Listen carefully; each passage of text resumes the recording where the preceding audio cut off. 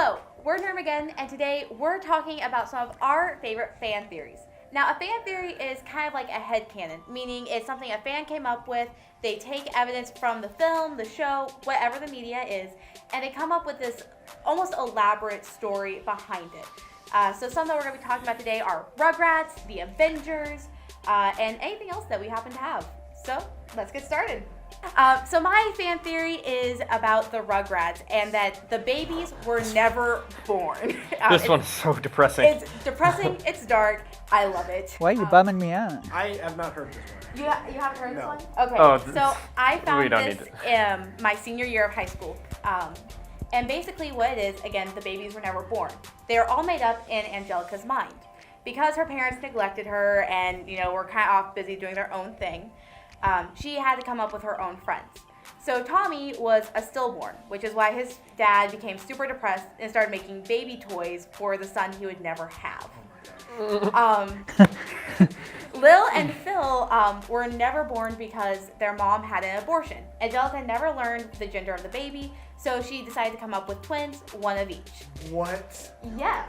And then Chucky died in the accident with his mom, which is again why his dad is so fidgety and nervous and kind of overprotective.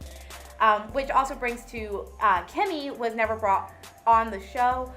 She was just kind of there in Angelica's mind because there had no reason to come to the U.S.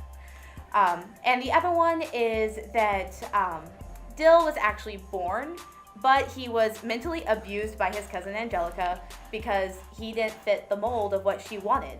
And that's why he ended up having some mental problems when he was older, seen as in all grown up. Wow. I think that's a wrap. Thanks. Yeah.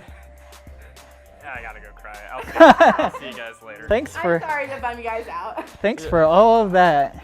Yeah. I know, it's depressing, but... Just in time for the reboot and the movie. Oh wait, they're doing the reboot? They are doing a reboot. They're doing a reboot and a movie. You nerded here first, huh? From Old Man Court. Also, I heard that Pickle's mom, whatever her name is, had a relationship with Chucky's dad.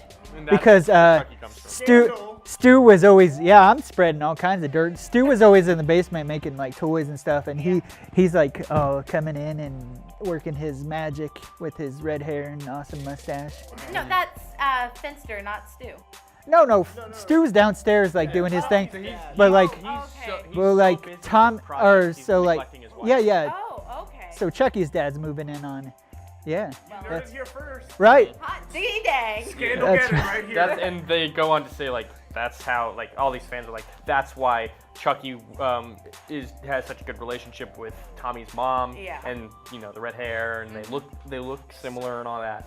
Oh my I God. guess I can kind of see it. It's not that big of a stretch if you think about it. Johnny, do you have a fan theory? Yeah.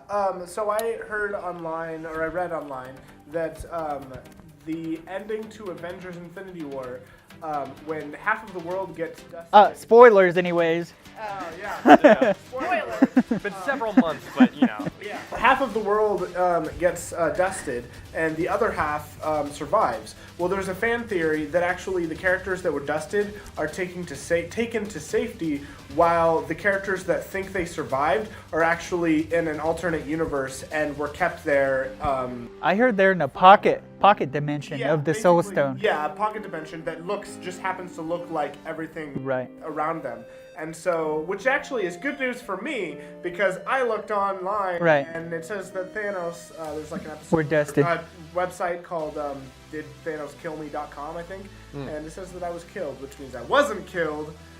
We're just. They use specific language because I was spared by Thanos, so like.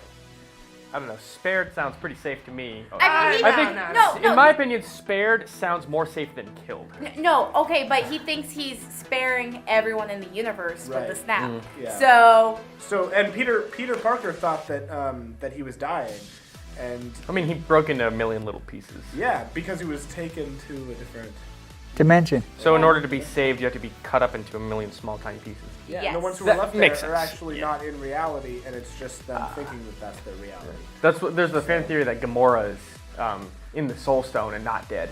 So I don't know, we saw a body. Speaking of not dead people, you have some scoop, don't you, on Loki? Oh, yes.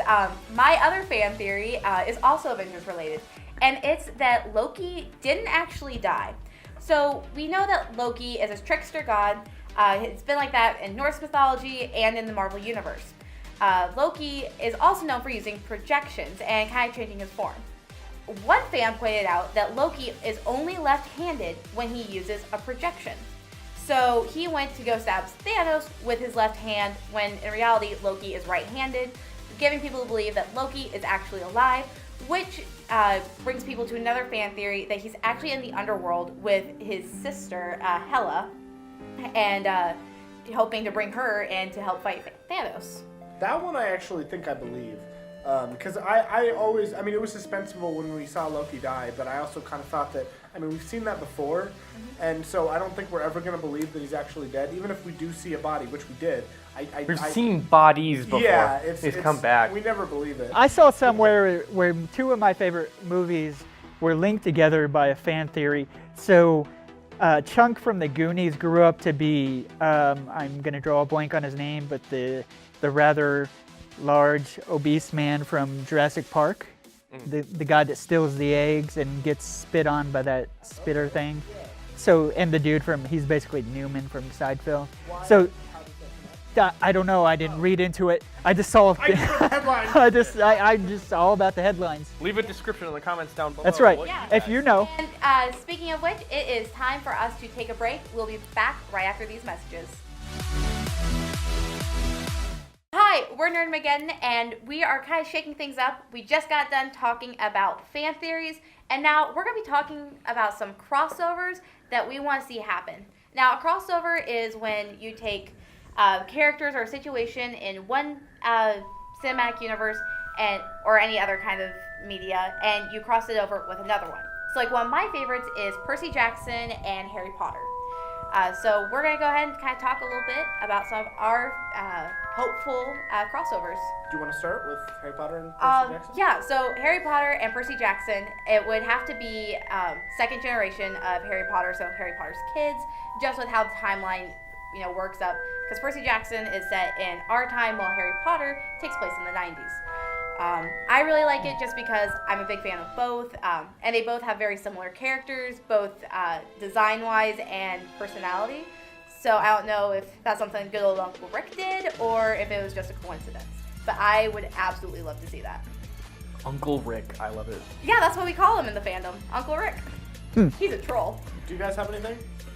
Oh, yeah. So there's this Hasbro universe they're trying to build up. So I would definitely have Transformers with, recently Hasbro bought Power Rangers, so I'd have Transformers, Power Rangers, G.I. Joe. I'd also have it at a Brony convention. One scene would be like the Transformers storm in, maybe fight around, and they smash into like a Brony convention, so you could fit in the My Little Ponies since they're owned by Hasbro. That would be believable. And of course, the military, they always have military in Transformer movies. G.I. Joe comes in to save the day. You have the Megazord facing off with Soundwave or Megatron or somebody. And I think it's all out battle. All the Hasbro properties just thrown in there. No Michael Bay whatsoever. No, please. No, please. Michael Bay. Don't let him around. Please don't let him around this property. But yeah, that's what I would pitch. Heavy on the Brony though. All right. Yeah. So I have one, and I mean it's been said a million times, but I would really love to see more of DC and Marvel crossover. I believe they have maybe just one time in like their history. I don't remember exactly. For like comic book wise, a few mega events, and then of course that's about it. Yeah. But what I would want is not Justice League and the Adventures, but I would want the CW Arrowverse to cross over with the Defenders on Netflix. Great. Oh, that would be awesome. That'd be interesting. And I think it would work. It could work pretty well because Flash travels to different universes all the time, and so you'd have Green Arrow, The Flash, Supergirl, Sarah Lance meeting Jessica Jones, Luke Cage, Daredevil, Iron Fist. And I'd love to see kind of like Sarah Lance, Luke Cage, and Black Lightning, man. Yeah, oh, that would be perfect. Super and also, sweet. Like Colleen, Yes. I'm a huge fan. Oh, I am too, man. So yeah, I mean, I'd love for her to be a part of like fighting alongside with Misty and Sarah and Supergirl. Would you put the Forget Batman Teen Titans in there? Nope. They'd Oh, be nowhere okay. near it. They'd Okay. stay way far Okay. away. But yeah, I think it'd be really cool. Like you said, like Luke Cage and Black Lightning would be really cool.